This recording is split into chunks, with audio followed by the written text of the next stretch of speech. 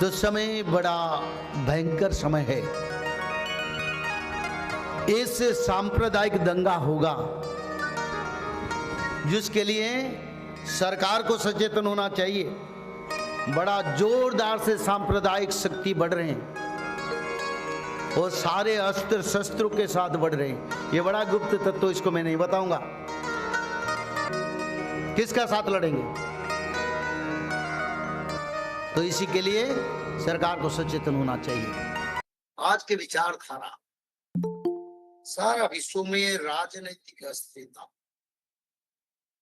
आज से 600 साल पहले भविष्य पुराण में उसका रचना था।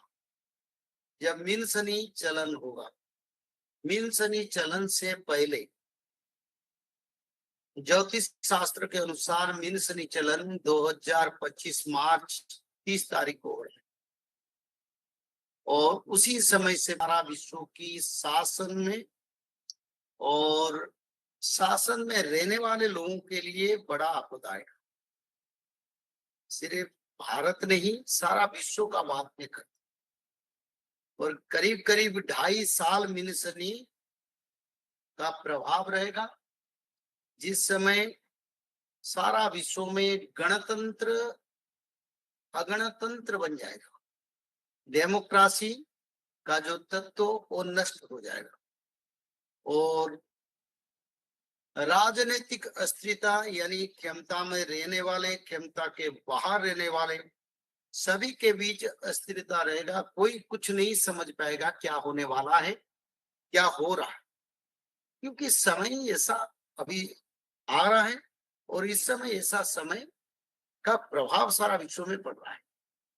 इस कारण आगे देखेंगे जितना निर्वाचन होगा विश्व में, किसी को बहुमत जैसे पूर्ण प्रभाव शक्तिशाली दल नहीं होंगे।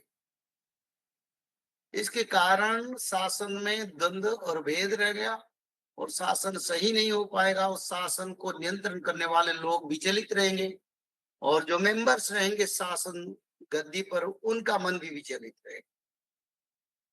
तो एक तरफ से राजनीतिक अस्थिरता, दूसरी तरफ से शासन में विशृंखला, तीसरी तरफ से गणतंत्र के ऊपर आघात और चौथी तरफ से सारा विश्व युद्ध का परिस्थिति आगे आगे बढ़ता जाएगा। सनातन धर्म की प्रति बाह्य धर्म जैसे जो मुख्य धर्म है वो सनातन में विभेद पैदा कर रहे हैं। जो लोग, जो बड़े बड़े संत सनातन का प्रचार करते हैं, उनके विरुद्ध में वो षड्यंत्र करते हैं, कुचक्र करके उनको बदनाम कर देते हैं। ये संत अच्छा नहीं है, उसको मत मानो। लक्ष्य क्या है? लक्ष्य सनातन का विभ्राट करना, सनातन के प्रति कुठारघात करना।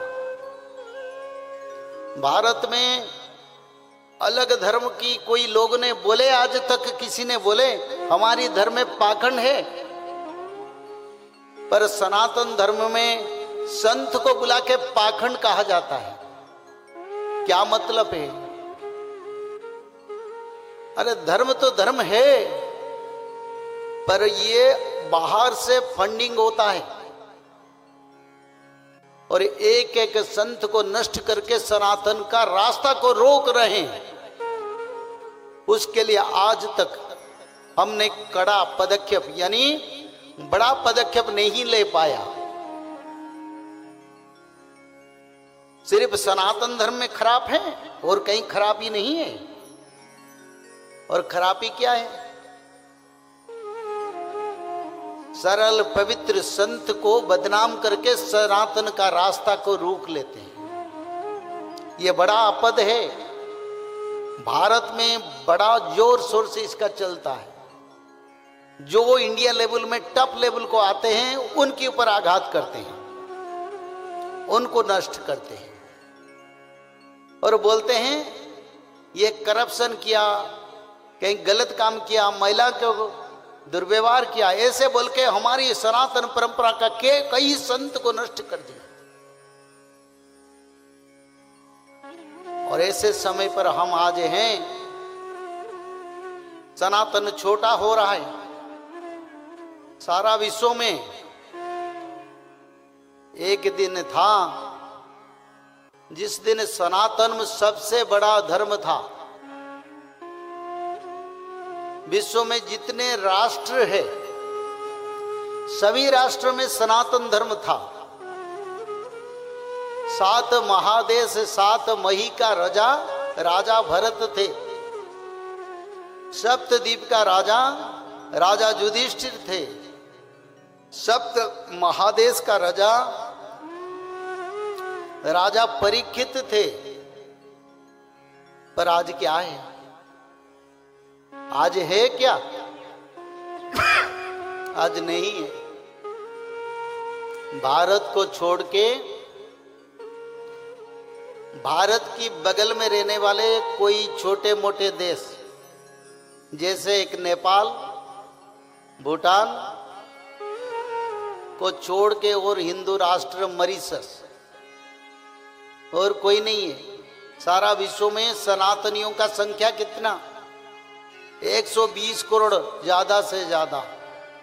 850 करोड़ विधर्मी। धर्म बचेगा कैसे? सरकार को विचार करना चाहिए। नहीं विचार करेंगे तो सनातनी मरेंगे। सनातन के ऊपर आपद आएगा और समय आएगा धरती पर सनातन धर्म के लिए रहना मुश्किल हो जाएगा। बांग्लादेश की तरह हो जाएगा, क्योंकि समय ही ऐसा है। जो आगे बढ़ के काम करते हैं उनको पैसा खर्च करके, फंडिंग करके उनको बदनामी किया जाता है। ये एक गुप्त कार्यक्रम चलता है। और सबसे बड़ा बात है, हमारी देश में 120 करोड़ जो हिंदू थे उसमें 10 करोड़ ले लिए मिशनरी लोगों ने और अलग धर्म विधर्मियों ने। जानते हो हमारी लोग कितना जाते हैं अलग धर्म को? हर राज्य में ये चलता है। सरकार की तरफ से उसी पर स्टैंडिंग नियम बनना चाहिए। कोई धर्म परिवर्तन नहीं कर पाएगा इस देश में, पहला बात होना चाहिए। क्योंकि रोज कन्वर्सन करते हैं पैसा देके, फंडिंग करके। तो हम कथा कहां करेंगे? कहां धर्म प्रचार करेंगे? हमारी प्रभु का नाम हम कहां लेंगे? हमारा गौ माता को कहां रखेंगे? यह सबसे बड़ा रिवॉल्यूशन होना चाहिए। इसी आधारित तत्व में भारत में रिवॉल्यूशन चाहिए, जन विप्लव चाहिए। और जन विप्लव नहीं होगा, सरकार नहीं समझेंगे तो सनातन मर जाएगा। बड़ा आपद में सनातन है। और इसी समय सनातनी गरीब हो रहे हैं। गरीब क्यों हो रहे? बाहर का फंडिंग से दूसरे लोग आके हर देश में हर जगह पर अपना बिजनेस खोल दिया। जहां 10,000 भाड़ा है 50,000 भाड़ा देके लेते हैं। सनातनी कहां रहेगा? अब इतना सब विनाश हो रहा है तो बचाव का उपाय क्या है? आखिर आप कैसे भगवान कल्कि की शरण ले सकते हैं?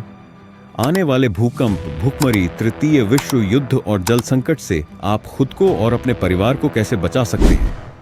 पंडित काशीनाथ मिश्र के अनुसार सबसे पहले अंडा, मांस, मदिरा आदि का त्याग करें। साथ ही बचाव के लिए त्रिसंध्या, श्रीमद् भागवत महापुराण का रोज एक अध्याय पढ़ें। माधव नाम जप और सत्य, प्रेम, दया, क्षमा, शांति को अपनाएं। तभी हम बच पाएंगे, नहीं तो हमारा बचना मुश्किल है। भविष्य मालिका एवं त्रिसंध्या की जानकारी के लिए कल्कि अवतार ऑफिशियल चैनल पर जाएं या दिए गए नंबरों पर कॉल करें। जय श्री माधव, जय जगन्नाथ।